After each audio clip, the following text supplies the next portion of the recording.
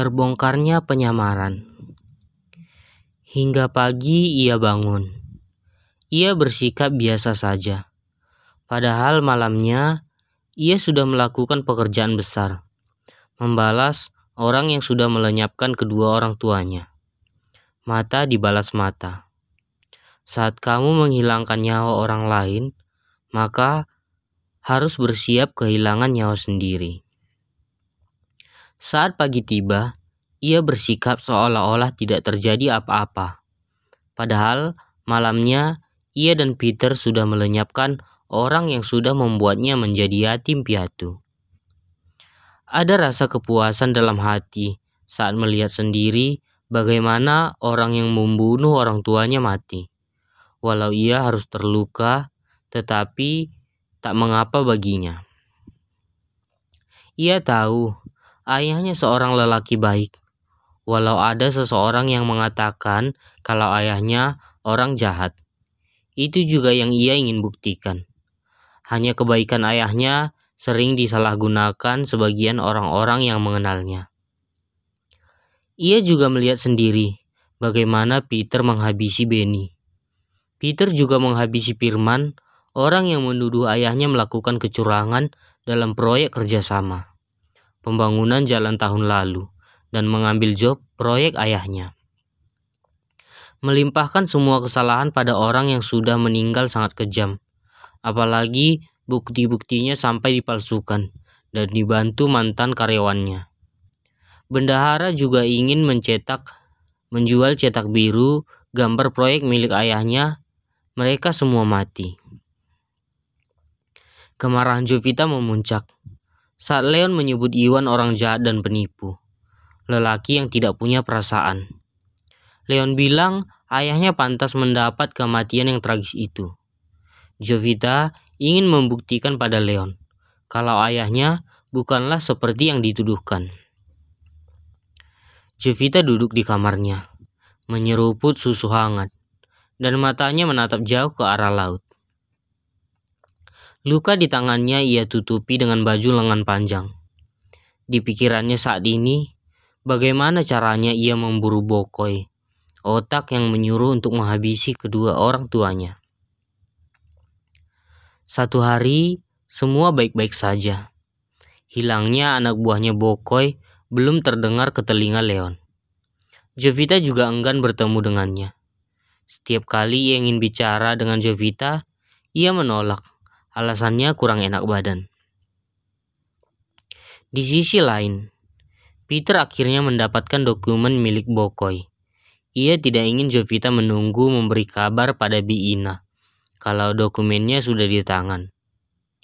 Kini tinggal rencana selanjutnya. Ia tidak ingin lelaki bangkotan itu mati dengan cepat. Ia ingin memasukkannya ke penjara. Menurut Leon, ia punya banyak teman pejabat negara. Tidak mudah menangkapnya. Tapi dengan adanya dokumen itu, Jovita ingin menyeretnya ke penjara. Ia hanya perlu memantau Peter yang melakukannya. Peter orang yang berpengalaman, dan Peter orang satu-satunya yang ia percaya, bahkan sejak dari remaja. Satu hari berlalu masih aman.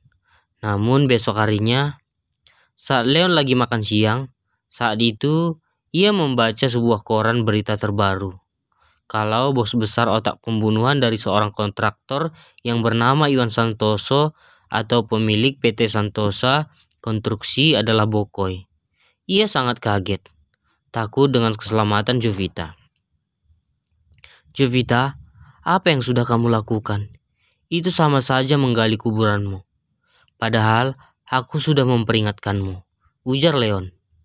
Ia masih berpikir kalau Jovita hanya asal menuduh. Leon saat itu lagi ada rapat di luar kantor. Rapat dengan owner pemilik proyek. Ia ingin berubah. Ia ingin lebih banyak menerima proyek membangun pabrik di daerah Cikarang. Maka itu, ia jauh dari rumah. Saat melihat berita yang menggemparkan itu, pikirannya pada Jovita. Ia tahu kalau wanita itu sudah melakukan hal yang menakutkan. Kita pulang saja, Iwan. Ia bergegas pulang. Baik bos, tapi apa pertemuan dengan Pak Dharma dibatalkan saja? Tanya Iwan dengan ragu. Ia tahu ada sesuatu yang mengusik pikiran bos, sesuatu yang besar. Sampai-sampai ia menolak tawaran yang besar juga. Kalau biasanya tidak ada masalah yang besar, bosnya tidak pernah menolak proyek besar seperti saat ini. Kenapa wanita itu jadi nekat belakangan ini? Apa ia pikir nyawanya 10? Apa ia tidak peduli pada nyawanya sendiri? Harusnya ia diam saja di rumah menikmati hidup. Batalkan saja semua schedule hari ini. Kita pulang ke rumah saja dulu. Ada hal darurat yang kita urus. Baik bos, jawab Iwan singkat. Iwan, coba kamu pikirkan Jovita bisa keluar dari rumah menurut kamu dari mana? Waktu saya kabur dari penjara, kami melubangi lantai dan membuat jalan tikus tembus melewati tembok penjara, bos. Jawab Iwan. Ia tidak menuduh kalau Jovita melakukannya. Tindakan seperti yang ia lakukan, tapi ia menjelaskan pengalaman dan membiarkan Leon berpikir sendiri. Kamu benar. Kenapa saya tidak terpikirkan itu? Dia bisa melakukannya. Dia kan arsitek. Saat Leon tiba, Jovita tidak ada di kamarnya. Ia pergi hari itu menemui Peter. Rahasianya akhirnya terbongkar. Leon kesulitan mendapatkan bukti jalan keluar, tetapi mendapatkan awalnya 1 orang. Leon bertanya, siapa saja penyusup yang masuk ke rumahnya. Tidak ada yang mengaku. Tiba-tiba, Leon mengarahkan pistol ke arah supir baru yang bekerja untuknya. Bahkan, semua orang tidak ada yang menduga kalau ia seorang mata-mata. Ia supir ibu Jovita. Dor. Leon menembak bagian kakinya. Katakan, siapa kamu? Leon menatap dengan tegas. Ia tidak mau mengaku. Malah ia ingin menghabisi dirinya sendiri daripada memberitahukan. Kamu tidak aku biarkan mati kalau kamu tidak memberitahu apa yang sebenarnya terjadi, ucap Leon. Tetapi lelaki itu terlihat seperti pejuang Jepang yang lebih memilih mati daripada buka mulut. Walau ia sudah diperlakukan dengan sangat buruk, ia tetap bertahan tidak mau buka mulut, hingga akhirnya Jovita tiba.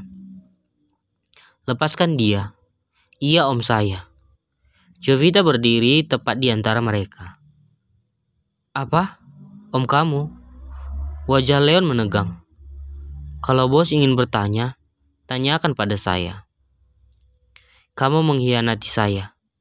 Kamu membawa orang-orangmu bekerja untuk saya. Apa tujuan kamu? Leon sangat marah. Tiba-tiba, Iwan juga menangkap Pak Saiman, tukang kebun yang baru. Diseret dan dilemparkan ke depan Leon. Bukan hanya itu, Bi Ina juga ikut berlutut di depan Leon.